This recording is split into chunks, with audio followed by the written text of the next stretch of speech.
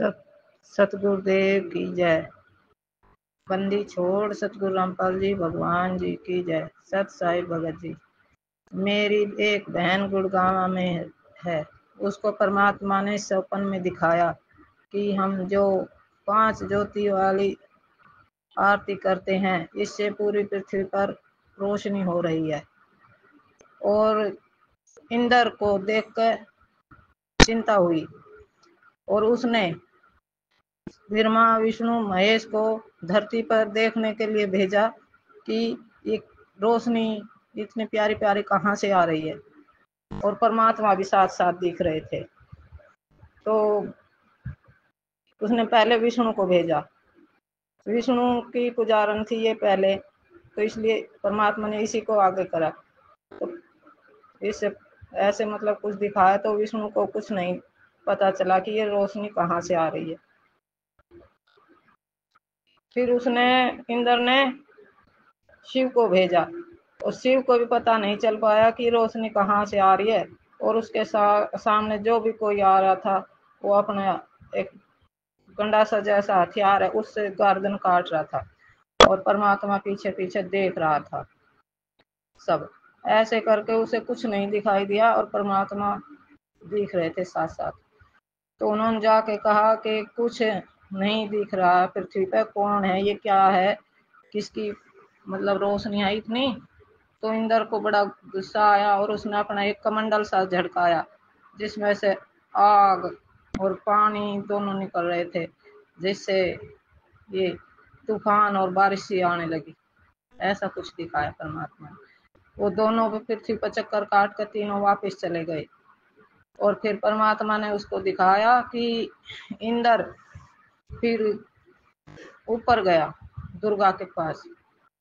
तो उसने दुर्गा से कहा कि पता नहीं क्या है, किसकी ये हो रही है पूजा और इतनी सुंदर रोशनी सी पृथ्वी फैल रही है। तो दुर्गा भी चिंतित हुई और वो एक साधारण स्त्री का रूप बनाकर और पृथ्वी पर घर घर घूम रही है बहुत स्पीड से, मतलब सबके घर घर घूम रही थी।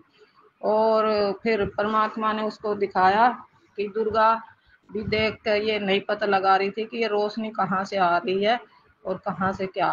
बहुत गुस्से में आ रही थी, वो हर घर घर में घुस कर देख रही थी। लेकिन जहाँ जहाँ परमात्मा के सत्सेवक भाई बहनों के घर थे वहाँ वो घुस जा नहीं पा रही थी और पीछे हट के दूसरे घर में घुस जा रही थी। और देख देख कर कति कमरे तक अंदर तक सब देख रही थी कि भाई क्या है ये, कहाँ से आ रही है। ऐसा कुछ नहीं दिख रहा था उसको भी। वह भी बहुत गुस्से में थी, बहुत ज्यादा, और ऐसे दिखा रही। तब उसको कुछ पता नहीं चला तो उसने अपने दुर्गा लोक में जाके और काल को आवाज लगाई कि पृथ्वी पर न पता किसकी पूजा शुरू हो चुकी है। और ऐसे वो पता नहीं वो कौन भगत है जो हमारी रेंज से बाहर हैं और हमें कुछ पता नहीं चल रहा। आप मतलब आओ। तो उसने दर्शन नहीं दिए, आवाज लगाई कि जाकर देखो। फिर वो दुर्गा फिर आई नीचे और फिर सारा के तलाश करके गई, कहीं कोई नजर नहीं आए, कोई दिखा। तो काल ने फिर काल के पास गई। फिर उसने कही कोई पता नहीं चल रहा। तो फिर दुर्गा ने और काल ने देखा। काल ने कहा कि जोग जीत के आने का समय हो चुका है, वही जोग जीत ही आएगा और वही आएगा। पर उसके आने में तो अभी 8-9 महीने हैं, 10 महीने हैं, पहले से ही ऐसे कहाँ से कुछ हो गया। तो कहने लगी मुझे नहीं पता, आप देखो। वो दोनों आए, वो दोनों पृथ्वी पर आए। काल का चेहरा या स्वरूप कुछ नहीं दिख रहा था, दुर्गा का दिख रहा था साधारण स्त्री की तरह। और जब साधारण स्त्री की तरह वो दिख रहे थे तो वो सारे भारत में देख कर चले गए। दुर्गा ने देखा भारत में 162 बड़े ऋषि या संत कह सकते हैं जो इनाम दान देते हैं, जैसे राधा स्वामी का है, आसाराम है, ये और हैं ऐसे उनका। तो ऐसे कुल 162 हैं भारत में। तो वे भी मतलब परमात्मा का कुछ पता नहीं लगा पा रहे थे। तो वो दुर्गा फिर चिंता हुई और फिर वो वहां गई।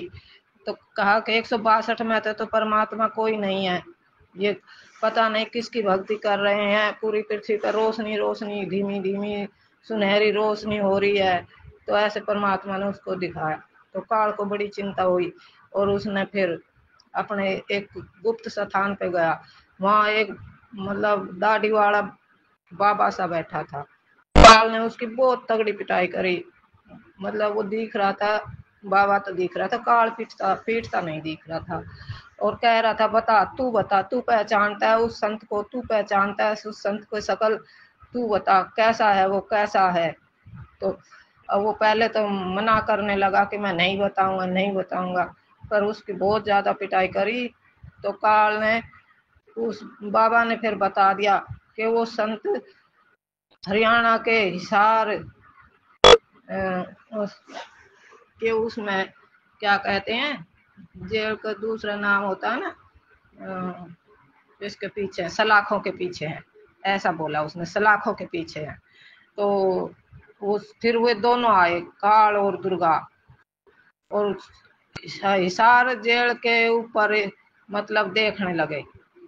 तो परमात्मा ने पूरी जेल के ऊपर रोशनी सी फैला दी, मतलब बहुत प्यारी प्यारी सी रोशनी फैला दी।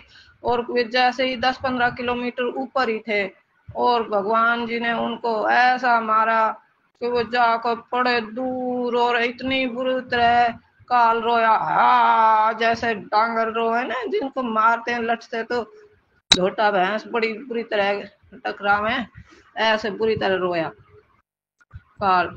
और कहने लगा ये तो कोई अच्छी पावर शक्ति है। ऐसे ऐसे उस काल ने फिर जाकर देखा, तो परमात्मा ने उसको ये सब दिखाया। और मतलब हमें तो उस टाइम जैसे बहन बता रही थी तो कुछ हंसी भी आ रही थी कि काल की ऐसे परमात्मा ने पिटाई करी, इतनी बुरी रोया। पर हमें ये भी लग रहा था ये सच है, परमात्मा हमारी रक्षा कर रहे हैं। और भाई जी, काल बिल्कुल धरती पर आ चुका है, और दुर्गा भी एक साधारण स्त्री के रूप में घर घर घूम रही है और बहुत तांडव मचा रही है संत को ढूंढने के लिए। और उन्होंने कहा कि भाई संत का समय आ गया है आने का, पर वो जोग जीत के रूप में ही ढूंढ रहे हैं अभी भी। तो हमने ज्ञान आधार से दोनों बातें कर रहे थे कि भाई जोग जीत की तो फोटो भगत जी ने पहले ही 2 साल पहले फड़वा दी, वरना आज हम ठगे जाते, वो घर घर में घुस जाते। परमात्मा जो करवाते हैं पहले ही करवा देते हैं। बंदी छोड़ सतु रामपाल जी भगवान जी की जय।